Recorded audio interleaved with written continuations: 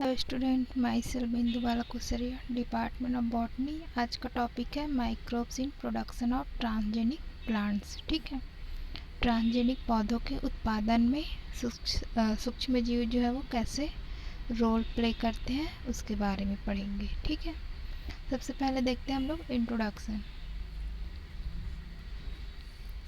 जैसे कि हम सबको पता है कि सैकड़ों वर्षों से जो किसान है वो अच्छी फसल प्राप्त करने के लिए अच्छे जो है वो सीड्स पर क्या होते हैं, डिपेंड रहते हैं। ठीक है, इस कार्य के लिए वे अच्छी किस्म के अच्छी वैरायटी के प्लांट्स के सीड्स को ही क्या करते हैं, सुरक्षित रखते हैं और अगले नए सीज़न में इन्हीं सीड्स का क्या करते हैं, यूज़ करके नई फसल या न्यू क्रॉप लेते हैं। ठीक है, इसके बाद जो फसलों में सुधार के लिए क्या करते हैं, प्लांट ब्रीडिंग की मेथड्स का उपयोग किया जाता है। ठीक है, क्रॉप इम्प्रूवमेंट के लिए एक ही जेनेरा की या एक ही वंश की से संबंधित स्पीसीज में क्या करते हैं, क्रॉस ब्रीडिंग करवाते हैं, मतलब कि हाइब्रिडाइजेशन करवाते हैं। ठीक है, जिससे कि अच्छा परिणाम जो है वो मिल सके।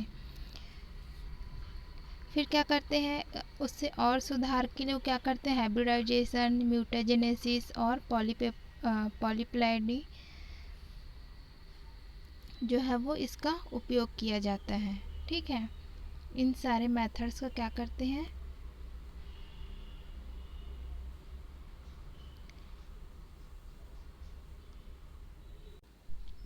इन सारे मेथड्स का क्या करते हैं इन लोग उपयोग करके और अच्छी फसल प्राप्त करने की कोशिश करते हैं। ठीक है,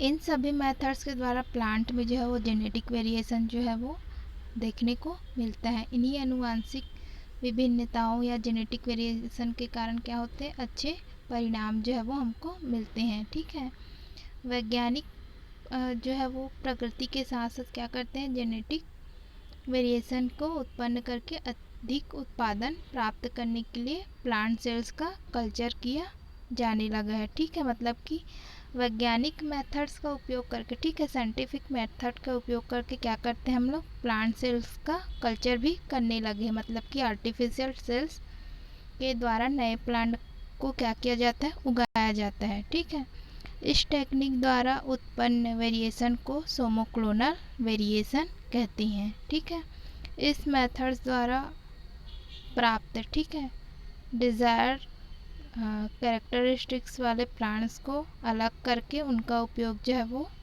कमर्शियल वैरायटी के रूप में भी किया जाता है। ठीक है, जेनेटिक इंजीनियरिंग और बायोटेक्नोलॉजी ने प्लांट में सुधार करने के लिए नए अलग अलग अपने अपने अनुसार बहुत सारे ऐसे मेथड्स यहाँ पे दिए हैं। ठीक है, जिससे कि एग्रीकल्चर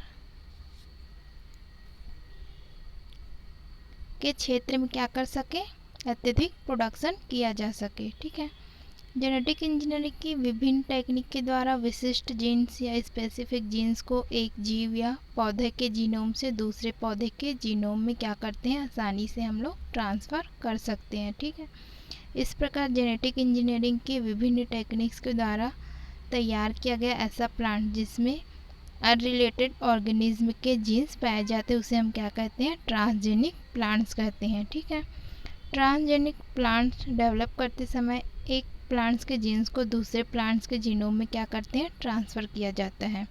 ऐसे जीन्स को ट्रांसजीन्स और जीन ट्रांसफ़र की इस मेथड्स को क्या कहते हैं, ट्रांसफेक्शंस या ट्रांसफॉर्मेशन कहा जाता है। ठीक है, अभी जो है वो वर्तमान स्थिति में 60 से अधिक ट्रांसजेनिक प्लांट जो है वो डेवलप किए जा चुके हैं। ठीक है, प्रारंभ में केवल डाइकोट प्लांट्स के ट्रांसजेनिक प्लांट्स ही तैयार किए जा सकते थे, लेकिन अभी क्या हुआ है, मोनोकोट प्लांट्स के ट्रांसजेनिक प्लांट जो है वो तैयार किया जा सकता है। ठीक है, फिर देखते हैं application and significance of transgenic plants. Transgenic plants के प्रमुख उपयोग और उसके महत्व क्या क्या हो सकते हैं, जैसे कि transgenic plants, plant molecular biology, regulation of gene action के स्टडी और जीन के रेगुलेटरी और प्रोमोटरी सीक्वेंस का आइडेंटिफिकेशन करने में क्या है, अत्यधिक यूज़फुल है। ठीक है,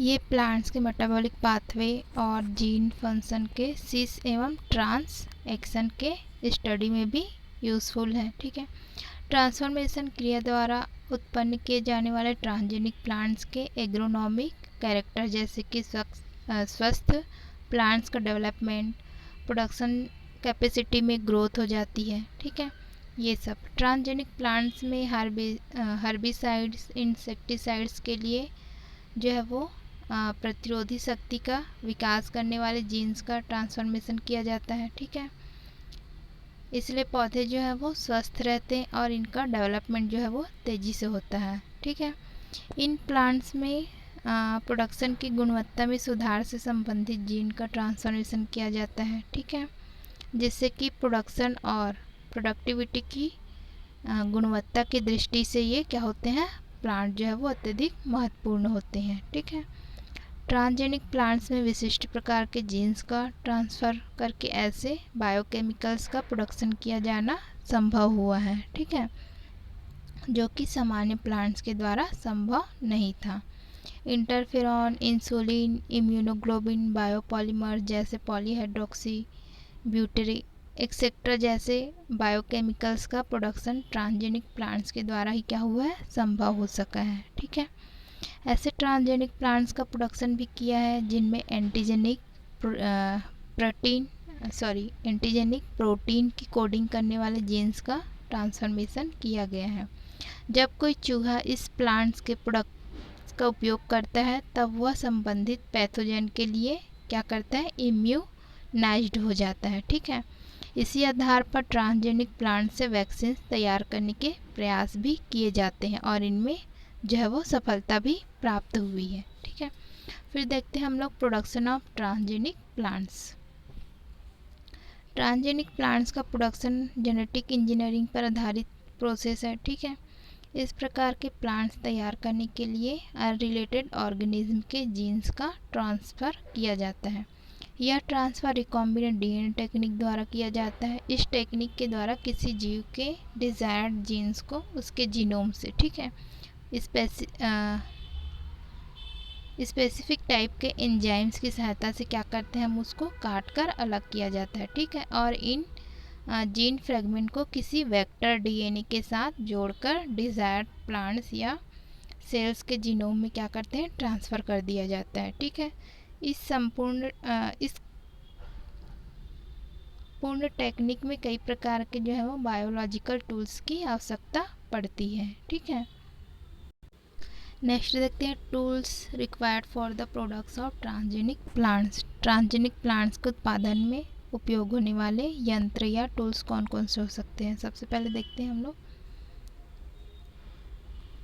फॉरेन डीएनए। ठीक है, डिजायर्ड कैरेक्टर्स वाला वह डीएनए जिसका उपयोग जीन ट्रांसफ़र टेक्निक द्वारा ट्रांसजेनिक प्लांट्स उत्पन्न करने के लिए किया जाता है, उसे हम क्या कहते हैं, फॉरेन डीएनए ट्रांसजीन्स कहते हैं। ठीक है, फिर नेक्स्ट देखते हैं क्लोनिंग वेक्टर और वेक्टर डीएनए।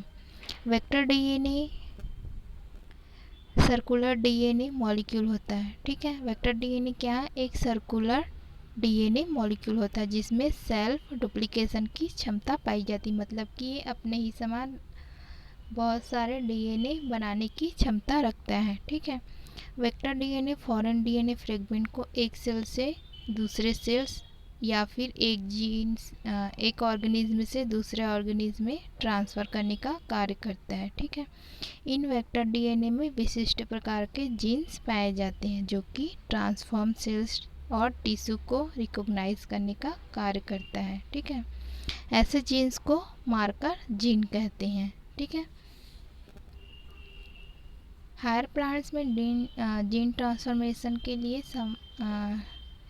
सामान्यतः जो है वो बहुत सारे ऐसे वेक्टर्स का उपयोग किया जाता है, जैसे कि एग्रोबैक्टीरियम ट्यूमीफेरस बैक्टीरिया के ट्यूमर इंड्यूसिंग प्लाज्मिड या टीआई प्लाज्मिड कहते हैं उसको।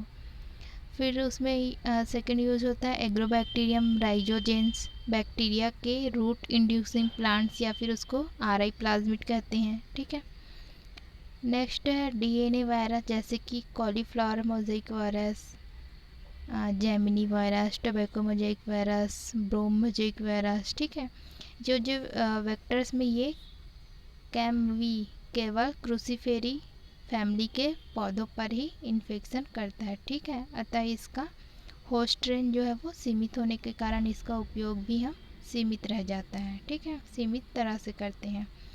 इसका होस्ट रेंज सीमित होने के कारण इसका उपयोग भी सीमित रहता है। ठीक है, लेकिन एग्रोबैक्टीरियम के टीआई और आरआई प्लाज्मिड से ट्रांसफर टीडीएनए को हायर प्लांट्स में किए गए क्लोनिंग एक्सपेरिमेंट के लिए जो है वो बहुत ज़्यादा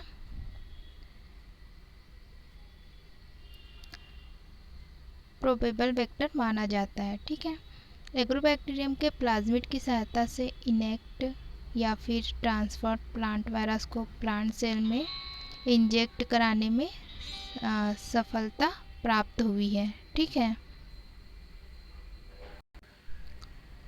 वेक्टर के रूप में जो उपयोग किया जाता है टीआई और आरआई प्लाज्मिड की सहायता से क्या करते हैं, किसी वायरस के जीनोम को उसके टीडीएनए में ट्रांसफ़र किया जा सकता है। ठीक है, इस प्रोसेस को एग्रो इन्फेक्शन कहते हैं।